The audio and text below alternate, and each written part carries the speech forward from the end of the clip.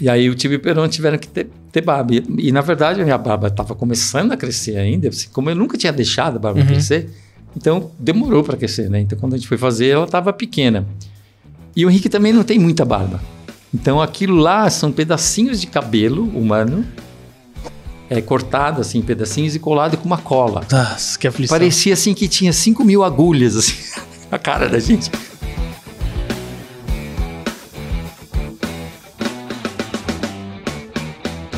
E olha só com quem que eu tô conversando aqui hoje, o Flávio de Souza. E olha só o portfólio desse camarada. Catavento, Rá-Tim-Bum, Mundo da Lua, Castelo Rá-Tim-Bum, Ilha Rá-Tim-Bum, fez filmes pra Xuxa, pro Renato Aragão.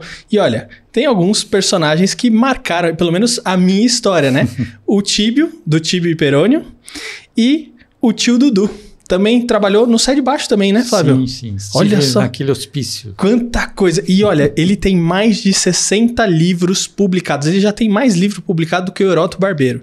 O Heródoto Barbeiro, se eu não me engano, tá com 54 livros publicados. Caramba, vou pôr no meu currículo. Pô, mais do que... Flávio, obrigado por você ter aceitado vir aqui bater esse papo comigo, viu? Olha só, você, na verdade, quando começou sua carreira, você queria teatro, né? Na verdade mesmo, eu queria ser ator de cinema. Meu objetivo era ser o próximo James Bond. Ainda era o primeiro. E aí eu pensava assim, bom, ele não vai durar para sempre, né? Alguém vai de uma hora substituir. Por que não eu, né? Mas na verdade, sim, eu queria fazer cinema em geral, né? Isso é uma piada. Na verdade, eu queria mesmo, mas eu não queria só fazer o James Bond. Eu queria fazer filmes do Brasil também. E aí eu entrei para um grupo de teatro e o meu objetivo era ser ator, entendeu? Inclusive, eu recebi até uma vez um convite para trabalhar de ator. Eu falei, não, no teatro eu não quero, eu quero fazer cinema. Mas aí acabei vendo que um jeito de começar a ser ator é em teatro, né? E foi a melhor coisa que aconteceu na minha vida. Que legal. E aí você, de repente, você começou a escrever. Meio por acaso. Muita coisa na minha vida. Você não tinha esse dom nossa, como eu escrevo bem. Não, alguém chegou pra você, você escreve tão bem. Eu ia bem em português, eu sabia escrever bem. Porque eu lia muito, eu acho, talvez, né? Mas eu queria ser ator. Então, uma das coisas que aconteceu sem eu planejar foi eu virar escritor. Na verdade, eu comecei a escrever junto com o meu grupo de teatro, que a gente tinha um grupo de teatro chamado Pod Minogue Studio, que era de teatro experimental. Só que aí, em 77, a gente teve a oportunidade de apresentar profissionalmente uma peça, que a gente ainda estava fazendo, né? Assim, improvisando, fazendo. Do Teatro de Arena, inclusive, que naquela época estava chamando Eugênio Kuzner, agora ele voltou a chamar Teatro de Arena. E aí a gente teve que se profissionalizar. Então a gente tirou o DRT, fez toda uma papelada, né? Para a gente poder apresentar uma peça profissionalmente. E a gente teve, como tinha censura prévia, a gente teve que escrever o texto pela primeira vez. E na verdade a gente escreveu mesmo, porque ainda não tinha peça, porque a gente ainda faltava um mês para ficar pronto. E geralmente quando chegava assim, 2 dias antes, a gente estava acabando ainda. Teve uma peça que de tarde, no dia da estreia, a gente ainda estava inventando como que ia acabar a peça, entendeu? Então a gente nunca teve essa experiência. Só que a gente teve que sentar e escrever, porque tinha que ir um mês antes para Brasília, que era a central da censura, e aí voltava com coisas cortadas, ou às vezes totalmente proibida, né? Muitas peças foram proibidas. E aí tinha uma apresentação para 2 censores, que geralmente eram 2 senhoras, super boazinhas, geralmente. E então a gente teve que escrever esse texto para poder 1 mês depois estrear, né? Ser aprovado para poder estrear. Então a gente escreveu. Só que aí eu gostei de escrever. E aí comecei a escrever peças sozinho. E aí, antes de acabar uma, eu já tinha ideia para outra. Acabei escrevendo várias peças. Que legal, que legal. Você mencionou também da parte de artes plásticas. Você é artista plástico, não é? Sim. Eu desenho e pinto. Pouca gente sabe disso, né? Pouca gente. É porque eu sou, na verdade, mais escritor, né? Eu sou um pouco ator também, que é uma coisa que eu não estou fazendo tanto ultimamente. Quer dizer, a maioria dos atores não está fazendo isso, né? Principalmente em teatro. Mas já fazia algum tempo que eu estava sendo mais escritor. Por quê? Porque eu casei e tive um filho. E trabalhar em teatro é uma coisa, é praticamente assim um esporte, né? Um hobby, né? É por amor, né? Se você não... Agora eu acho que não é tão assim, quer dizer, na verdade até, se você não faz novela, entendeu? E na verdade se você não faz várias novelas, famoso, não adianta só fazer uma novela, né? Ou publicidade também, né? Mas é mais novela mesmo. As pessoas vão ao teatro para ver aqueles personagens com quem eles conviveram durante meses, né? É uma coisa meio assim, né? Porque publicidade eu fiz bastante. Porque, não sei se você sabe, que era do meu grupo o Carlos Moreno. Claro que eu sei. Você sabe. Então, por causa dele, eu acabei fazendo muito teste e acabei até fazendo vários comerciais, porque eu era o outro cara que era do mesmo grupo, entendeu? Porque ele tinha, como se fala? Ele só podia fazer comerciais da Bombril, né? Então, e todo mundo queria ele, né? Porque era uma coisa muito simples. Sim. Era ele, um cenário atrás, escrito Bombril, e era uma coisa. Mas né? era muito legal. Foi também. tipo um fenômeno. Fenômeno, né? fenômeno. Porque ele é excelente ator. Ele era meio assim, a estrela do nosso grupo, sabe? Tinha outra estrela que era a Mira Har, com quem eu me casei e tive filho, né? 2, né? 2. E os 2 participaram do Mundo da Lua, certo? Sim. Um no final, que é o bebê que nasce. Sim, exatamente. Né? Então, mas naquela época, quando eu tive o primeiro filho...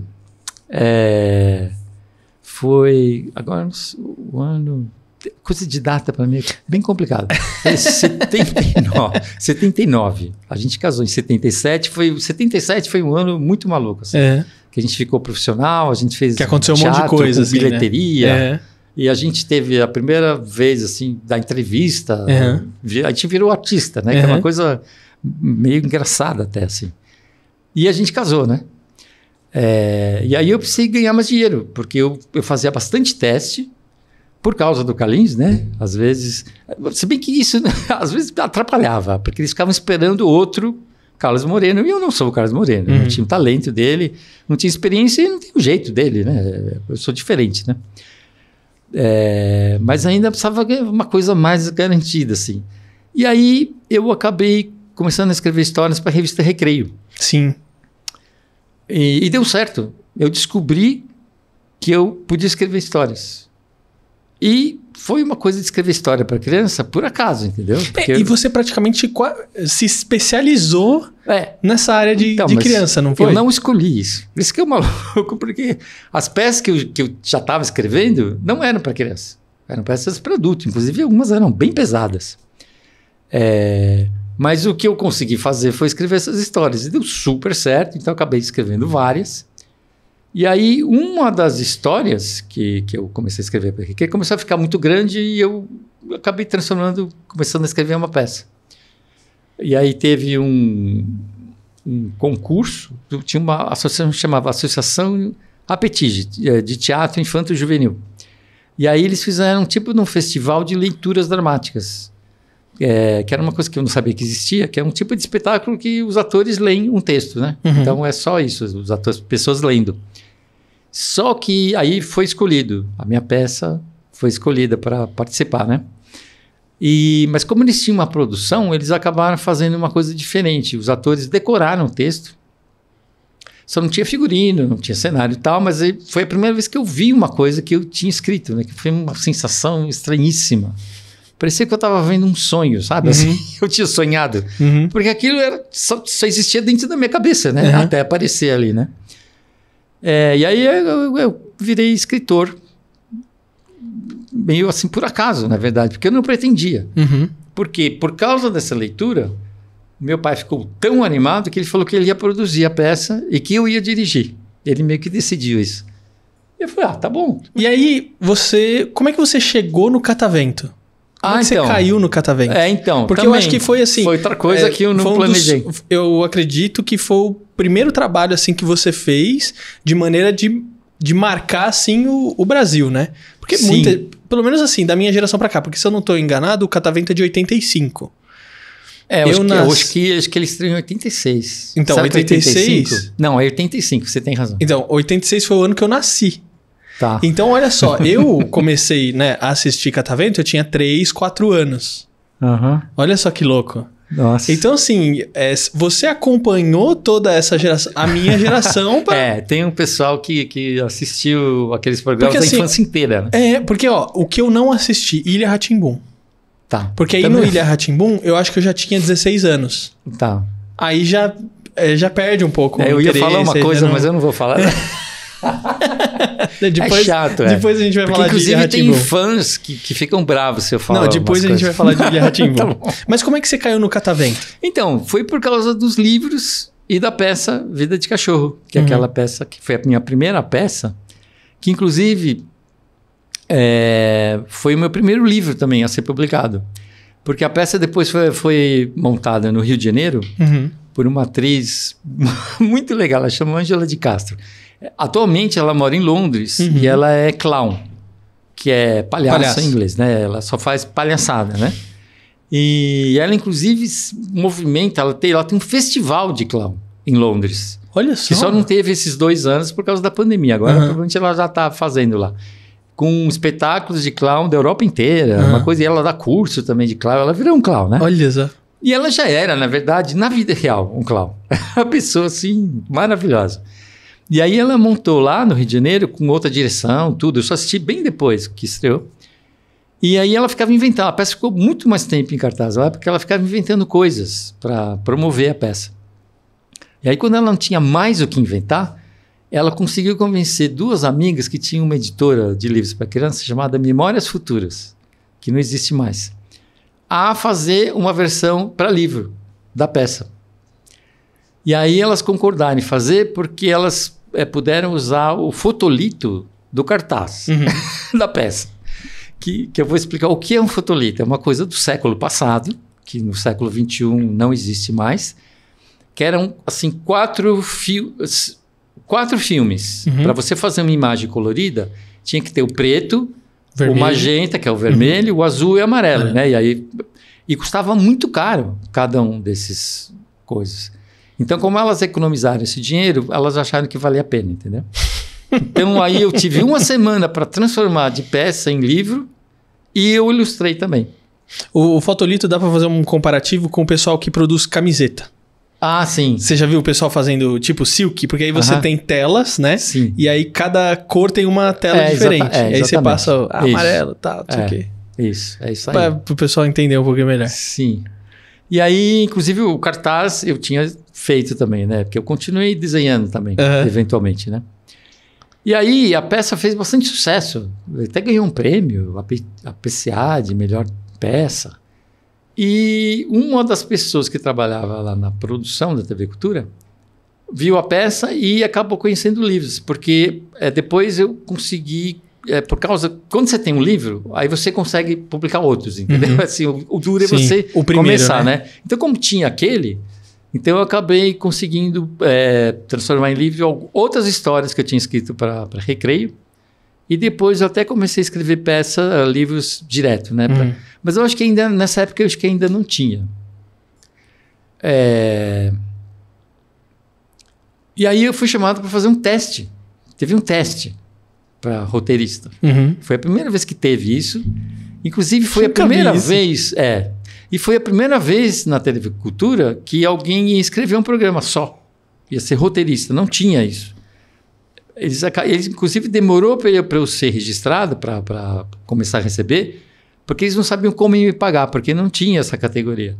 Porque todos os programas eram feitos por produtores. Eles produziam, eles inventavam o programa, aí eles escreviam, aí eles produziam, dirigiam e só faltava pôr a fita lá para entrar no ar, entendeu? O cara segurava a dália na época, não tinha teleprompter também. Exatamente, ele fazia tudo. Era um tipo assim... Teve uma geração... É igual o estagiário de hoje, né? Então, mas teve uma geração muito legal que eles aprenderam a fazer tudo isso que precisou, entendeu? Mas eu acho que falta isso também em alguns momentos. Sim. Você saber um pouquinho de cada área para você também escolher a sua especialização e para você conversar com os outros profissionais. Por exemplo, eu vejo que a galera às vezes quer entrar aí... Eu sou formado em rádio e TV, né? Então, a galera às vezes quer entrar em rádio e TV ou cinema ou sei lá o quê e já quer sair de lá diretor. E, cara, assim, se você não tem uma base das outras áreas, como é que você vai conversar com todos os profissionais? Com certeza. Difícil, né? E de repente você pode descobrir que você quer ser outra coisa, né? Que muita gente... É engraçado, teve uma geração lá de produtores que eu trabalhei com 2 de uma turma que se formou na ECA e foi meio direto, assim. Todos, acho que 7 ou 8 pessoas da mesma turma se ofereceram lá e conseguiram fazer estágio e depois virar produtores. Né? Então, uma das pessoas não era diretora, nem ela não escrevia, aí ela começou a ficar mais na parte de elaboração, uma parte mais burocrática até, né? E aí, essa pessoa que me chamou para fazer esse teste, e aí teve 3 candidatos, e na verdade os 3 passaram no teste. Só que um não quis fazer porque ganhava muito pouco. E realmente era assim, era quase de graça que a gente escrevia. E o outro, ele concordou em fazer, mas só que aí eu acho que uma semana depois, pouco tempo depois, ele brigou. Teve uma briga horrível. Que é muito comum também. Que é uma coisa super comum acontecer. Mas aí eu não estava lá, então eu não sei porquê, eles não me contaram porquê, mas ele não quis mais fazer. Então eu acabei escrevendo sozinho um programa. Que era uma coisa que eu nunca tinha feito, entendeu? Cara, e você passou... Porque assim, dá pra ver, né, óbvio, que o Catavento não tinha recurso. Nenhum. Cara, vocês gravavam ali no pobre. Pátio da cultura, assim. Não, então, aí que tá. Não era no jardim? Quando começou, tinha cenário. Essa parte tinha uma parte que era da TV Cultura, entendeu? Independente dos programas, tinham cenógrafos, tinham cenotécnicos, tinha uma produção que era para todos os programas terem. Só que aí pegou fogo. Não muito tempo depois da gente começar a fazer o Catavento, teve um incêndio, né? E aí o que eles fizeram? Eles começaram a gravar no jardim. Inclusive ficou muito mais bonito. Não que os cenários fossem feios, mas... Foi um desastre bom, então, no final das contas. Ficou mais leve, sabe? Porque tinha muita coisa com criança, né? Era tão bonito assim.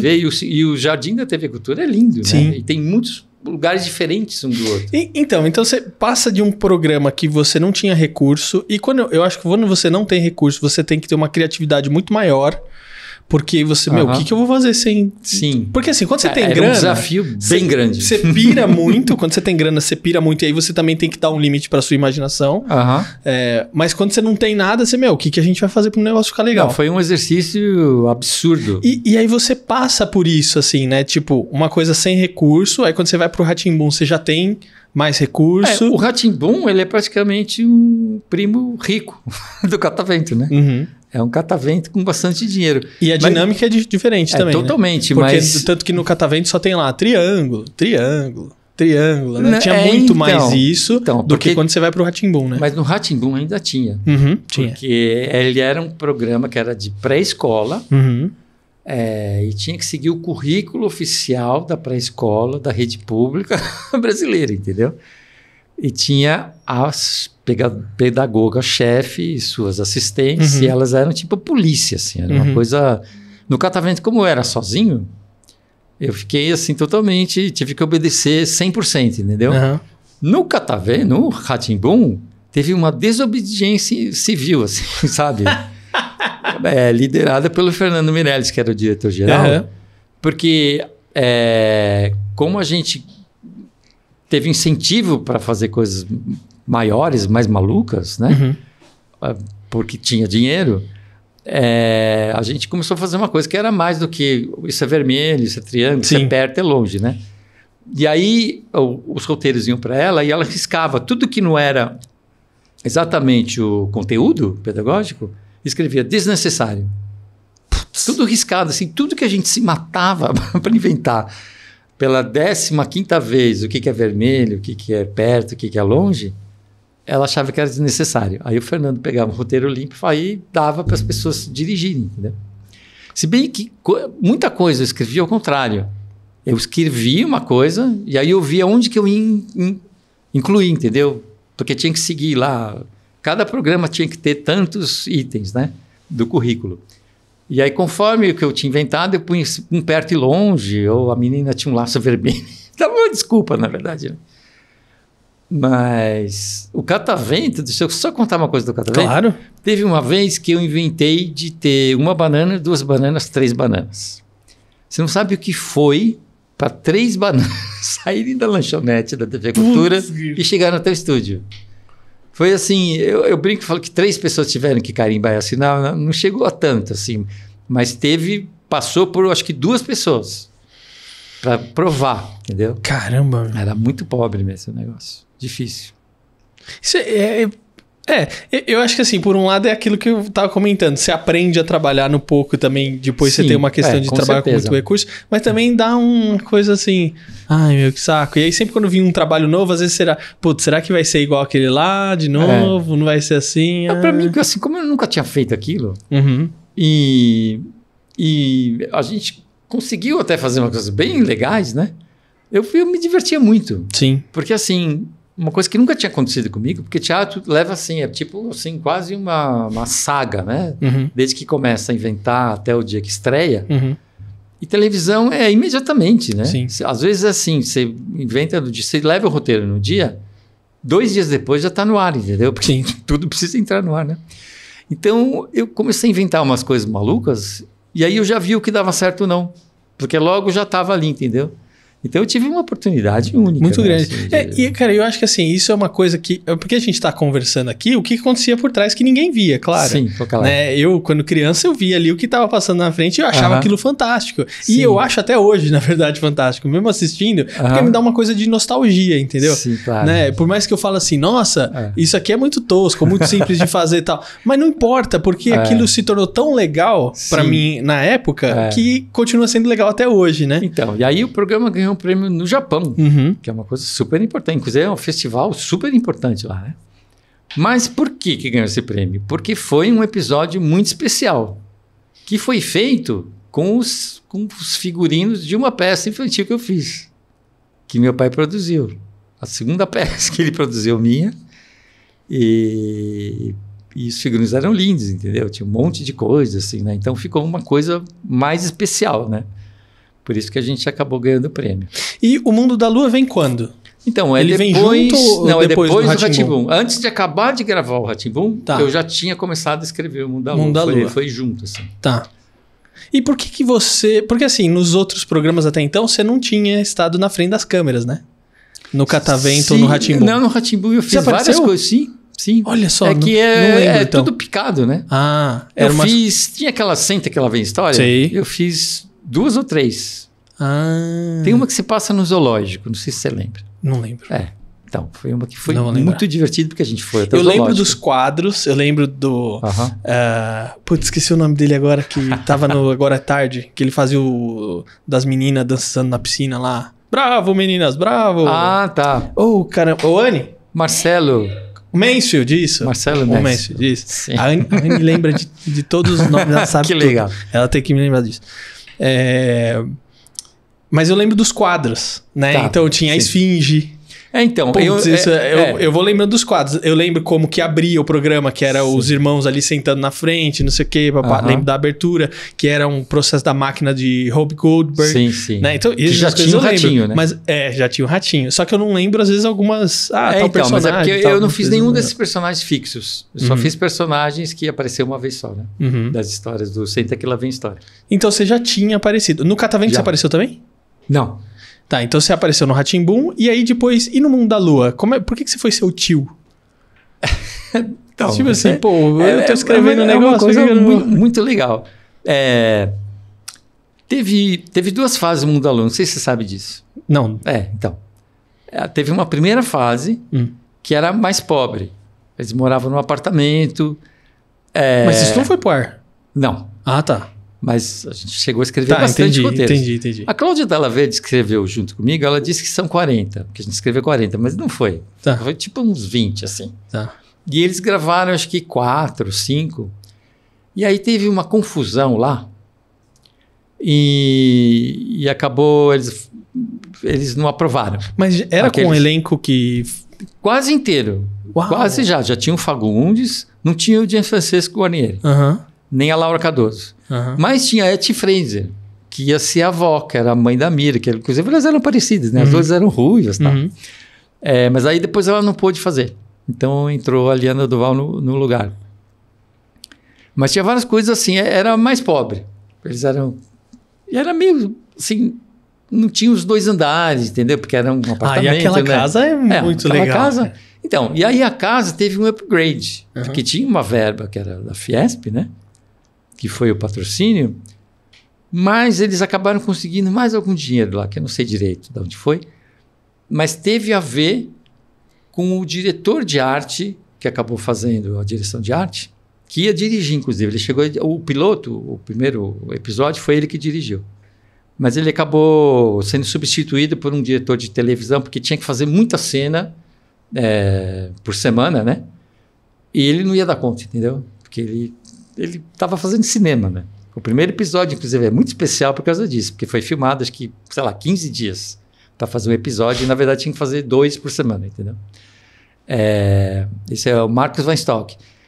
E ele foi responsável por esse upgrade. Então ele mudou para uma casa, e aí chamou uma figurinista de comercial, porque ele era diretor de arte de comerciais e de filmes também.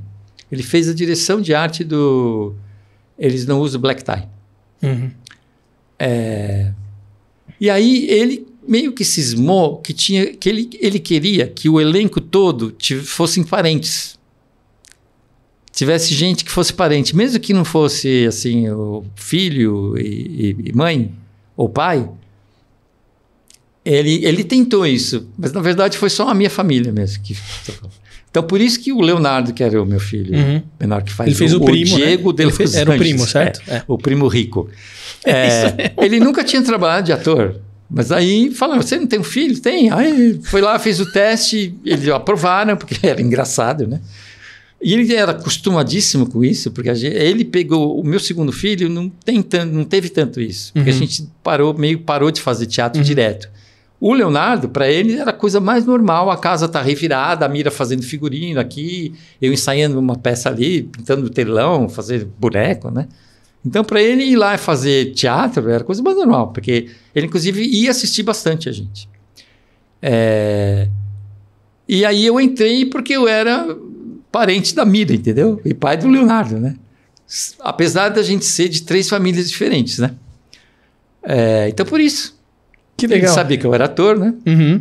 Acho que ele já tinha visto alguma das coisas do Rá-Tim-Bum. Uhum. Aí ele achou que eu ia fazer bem, então por isso que eu acabei entrando. E pro Tibio e Perônio, alguma coisa às vezes acaba puxando a outra. Então, não, isso foi o Karl Hamburger que achou que eu e o Henrique Stroessner, que é o Perônio, né? Que a gente era muito parecido e que ia dar super certo. Eu falei, claro, tudo bem, né? Vamos testar, Na verdade, assim, a gente é exatamente do mesmo tamanho. Tá. É muito engraçado isso, exatamente.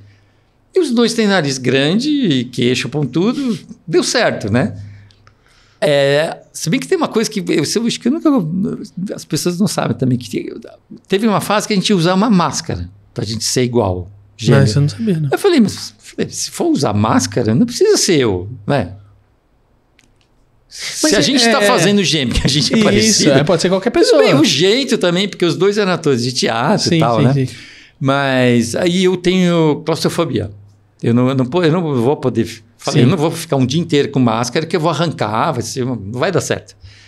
E aí eles acabaram inventando o Gardim, que era meio que o diretor de arte, assim, que criou todo o visual de todos os personagens principais, ele que inventou, assim, tudo, do cabelo até o pé, né? Eu acho que o fato de ter algumas diferenças entre vocês também dá um charme pros personagens, sabe? Com certeza, mas o impressionante é que 99% das pessoas acham que a gente é irmão gêmeo. Ou então acham que eu fiz os 2 papéis. Porque olhando assim, as pessoas acham que é igual, entendeu? Isso é muito engraçado. Que louco porque isso. Porque é tão igual a roupa, e a gente tem um jeito parecido, porque, na verdade, e tem um segredo isso. Por que a gente faz tão parecido? Porque eu fazia e o Henrique fazia igual. Porque ele, além de tudo, além de ser ator e jogador de futebol, ele era bailarino também. Olha só, que loucura isso. Então ele tinha muita facilidade de fazer coisas com o corpo, né? E a gente não ensaiou, a gente mal combinou o que a gente ia fazer. A única coisa que a gente combinou foi aquele olá. Que é a marca registrada. E a gente decorou o texto e fomos gravando, começando a gravar, porque teve que fazer tudo em 2 semanas.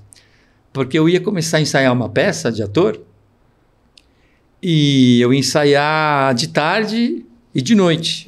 E não ia dar para gravar só de manhã, né? Então eu tive 15 dias para fazer. Assim, aí depois a diretora não quis mais. Falou, não, até tal dia tudo bem, depois você não pode mais fazer, de tarde. E é por isso que eles têm barba. Porque eu ia fazer uma peça que o personagem era o personagem real, que é o Pierre Curie, que é o marido da Marie Curie, e eles são um casal de cientistas que descobriram a radioatividade. Inclusive, ela morreu de câncer por causa disso, porque eles não tinham noção de que aquilo era super nocivo para a saúde, né? E ele acabou morrendo antes, até teve um desastre, ele foi atropelado por uma carroça, porque ele era distraído, entendeu? Porque ele vivia... Ele inventou mais de 100 coisas, e muitas dessas coisas são usadas até hoje. Ele era um super cientista, né? E ele tinha barba, então eu comecei a deixar barba para fazer o papel. Mas você estava fazendo uma outra coisa também que você precisava da barba, não era? Não, é por causa disso. Por causa da peça. Ah, tá bom. E aí o Tibi e o Perón tiveram que ter barba. E na verdade a minha barba estava começando a crescer ainda. Assim, como eu nunca tinha deixado a barba crescer, então demorou para crescer, né? Então quando a gente foi fazer, ela estava pequena. E o Henrique também não tem muita barba.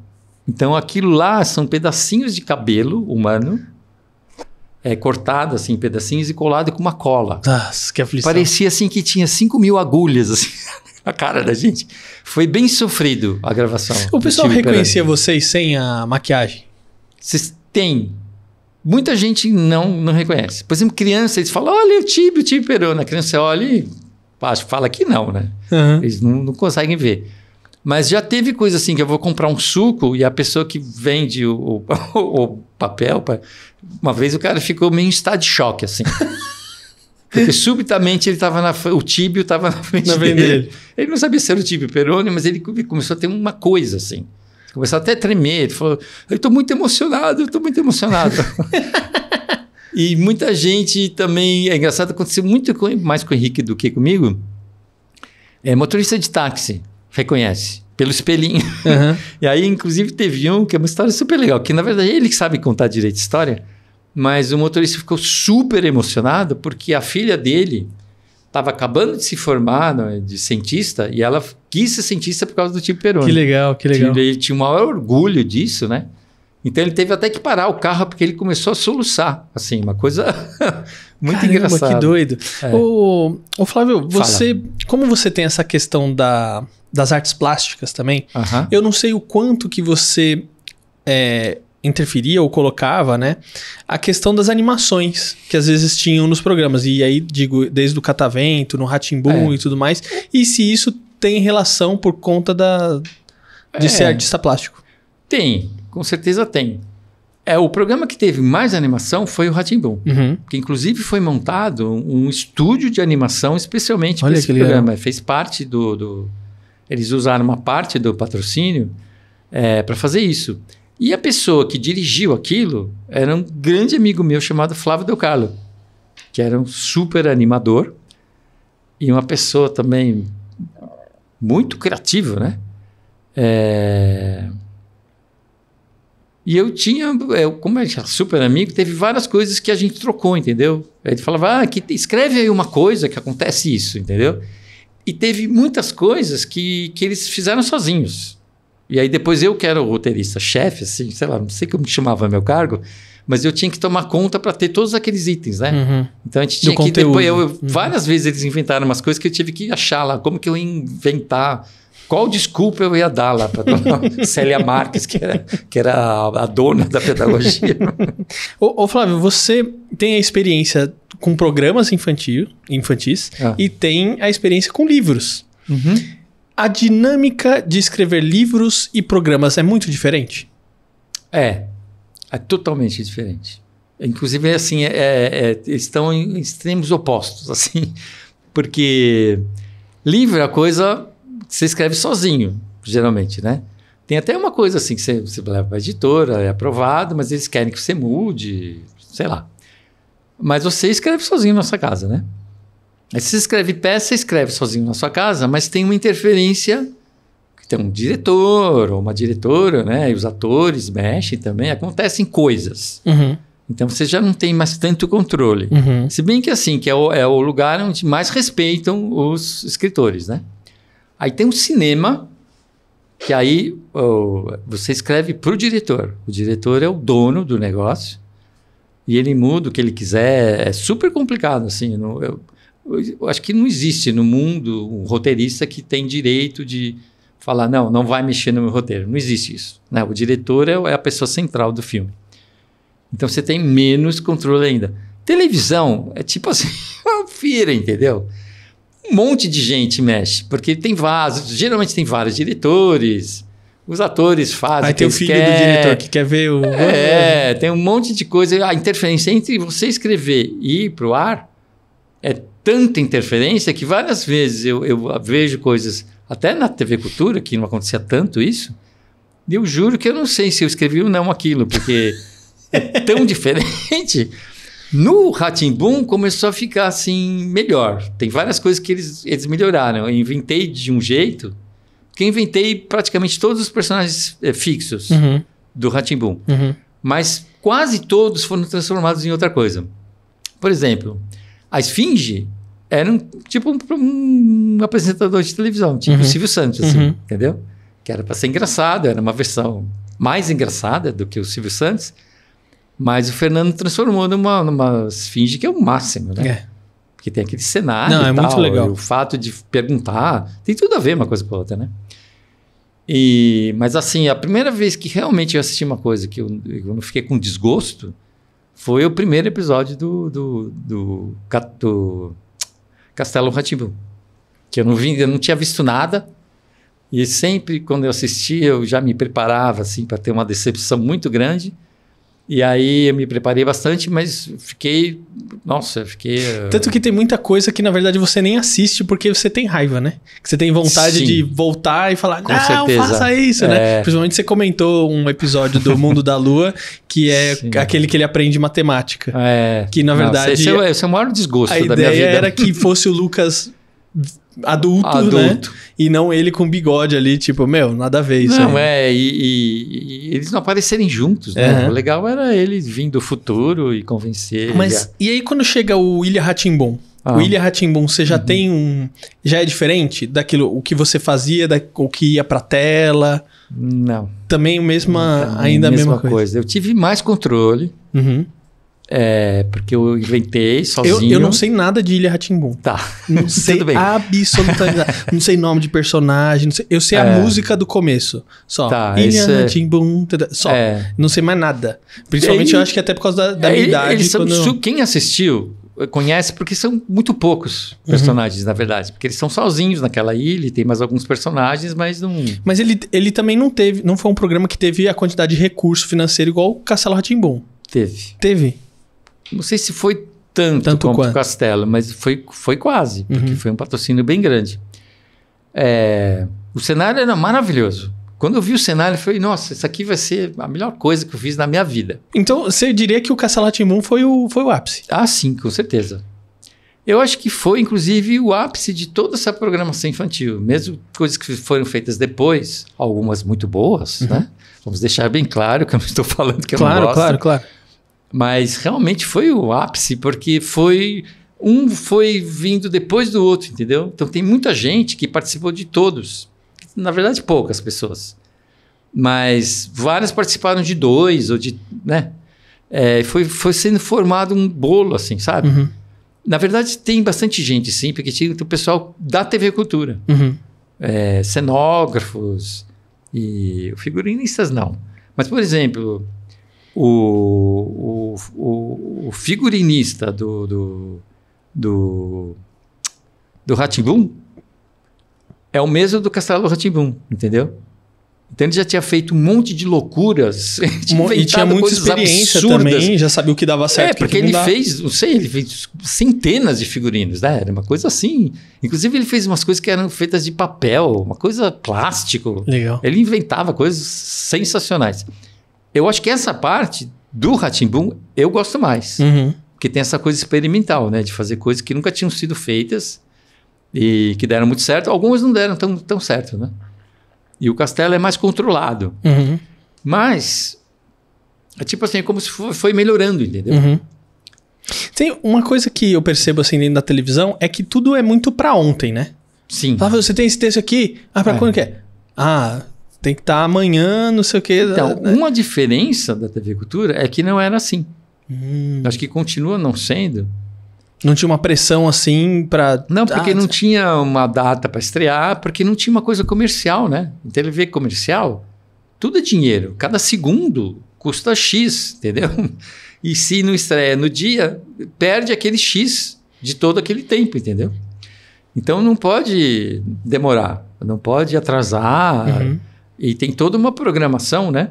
E na TV Cultura, não. Aquilo podia ser mudado, principalmente naquela época, né? Não sei como que é agora, mas... a gente teve muito tempo, inclusive o Castelo Rá-Tim-Bum foi um que a gente ficou inventando. Eu não tenho, porque passou muito tempo, eu não tenho mais noção de quanto tempo a gente ficou inventando, mas foram alguns meses. Eu não sei se a gente foi de março a dezembro, eu sei que terminou em dezembro. Isso só de escrever. 93. Não, só de inventar, na verdade. E ia começar a escrever. Porque a gente ia fazer, na verdade, o Rá-Tim-Bum 2. Não sei se você sabe, sabe disso. Né? Então, a gente teve a primeira fase que a gente ficou inventando coisas para entrar no lugar do Rá-Tim-Bum 2, né? Que ia ser uma refilmagem do Rá-Tim-Bum. E depois eles decidiram fazer um programa novo, totalmente novo. Então, a gente acabou tendo mais essa parte que a gente inventou especialmente para ser o Castelo Rá-Tim-Bum, né? Então a gente ficou, imagina, meses inventando. Se bem que na Globo, por exemplo, mesmo novela, o cara fica meses inventando. É que depois vira uma maratona que só acaba no dia que faz o último, né? E no Castelo Rá-Tim-Bum, não. Por exemplo, quando estreou, ainda faltava metade para gravar, mas já tinha metade pronta. O Mundo da Lua, mesma coisa. Não, o Mundo da Lua não. O Mundo da Lua, por isso que estreou no domingo, que era semanal.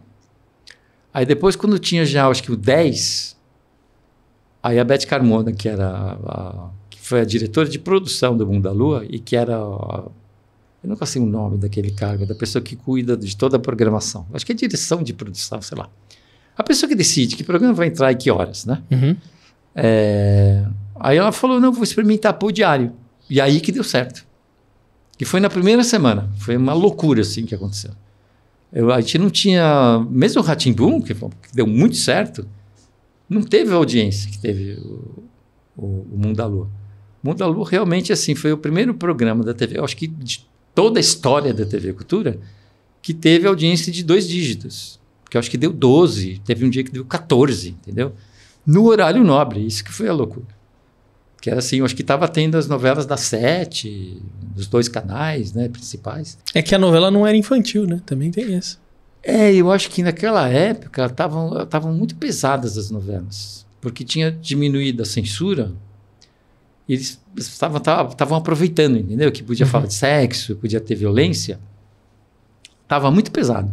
Inclusive, até uma coisa que o Fagundes, enquanto ele estava fazendo o pai bonzinho do Mundo da Lua, ele estava fazendo aquele Crápula, que era o personagem principal do Dono do Mundo, que inclusive tinha até essa coisa de mundo, né? Nos 2 nomes tinha mundo.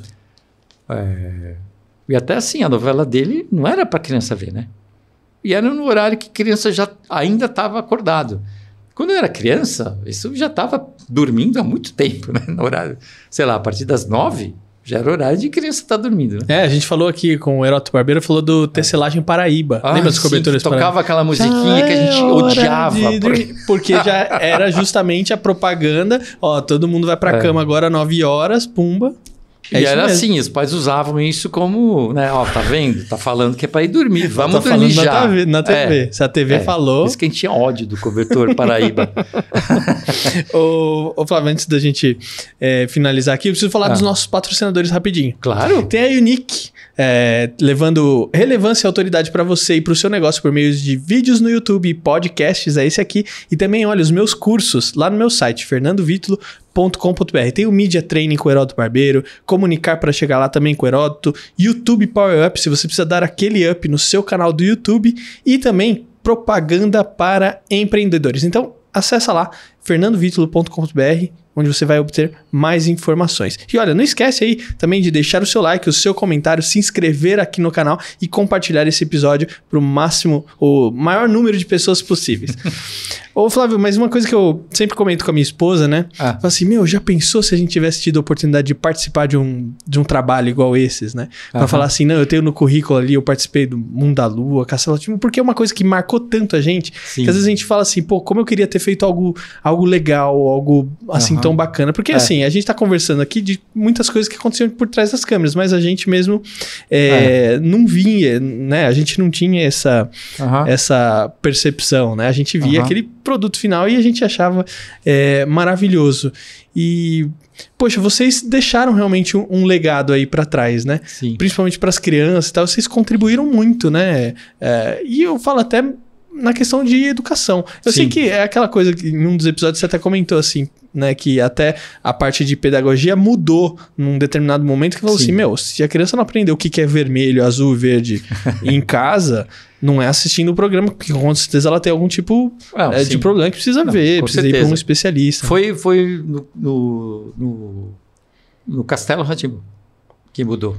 Totalmente, né? Porque mudou a pessoa que definia isso. E a dinâmica de aprendizagem aí muda muito, né? Deixa eu até falar que foi a Zélia Cavalcante, que eu nunca lembro o nome dela. Ela deve falar, desgraçada, ele não fala o meu nome. Mas dessa vez eu falei que é a pessoa que mudou a história. Acho que até a história da televisão, né? Porque o Castelo Rá-Tim-Bum realmente... marcou muito. Eu acho que os programas da cultura, de maneira geral, eles marcaram muito. Sim. Cocoricó, Gloob Gloob, todos esses que a gente mencionou agora, mas tinha aquele sítio do Pica-Pau Amarelo, que era o mais antigo, lembra? Não, mas não era da TV Cultura. Tem certeza? Tem.